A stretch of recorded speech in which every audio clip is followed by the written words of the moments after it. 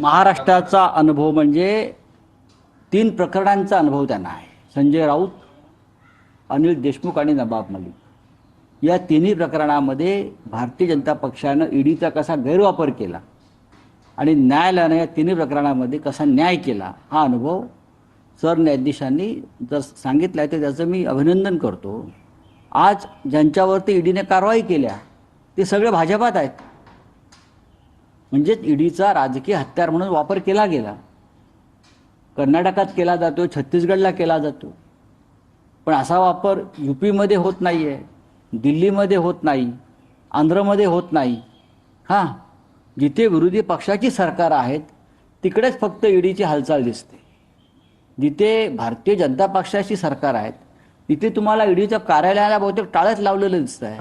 बंगालला ईडी दिसत आहे. एकनाथ शिंदे यांची ताकद 8 आमदारांचीच होती हे त्यांनाही माहिती आहे, अमित शहाना सुद्धा माहिती आहे आणि देवेंद्र फडणवीसांना माहिती आहे. 2 बोनस देऊ, 10 पकडा, आम्हाला माहिती आहेत ना कोण 10 ते. 2 तळ्यात मळ्यात होते.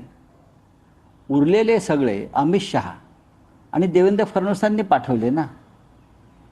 मग हनी ट्रॅपची सीडी असतील,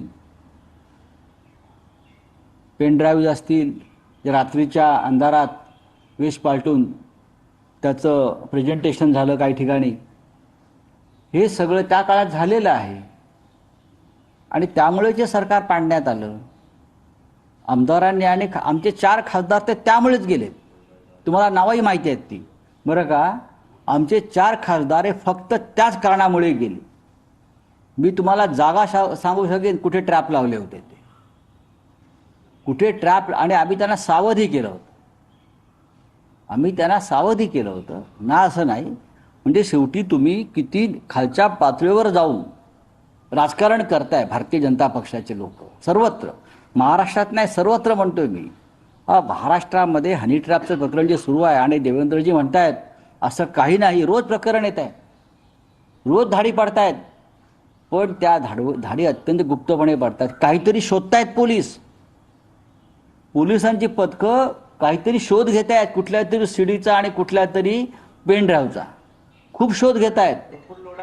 दाखल करण्यात आलाय बावधनमध्ये, आता मुंबईमध्ये करण्यात आला होता, आता पुण्याच्या पोलिसांनी. प्रफुल्ल लोढा हा एक छोटा मासा आहे, मोठा मासा मंत्रिमंडळात आहे.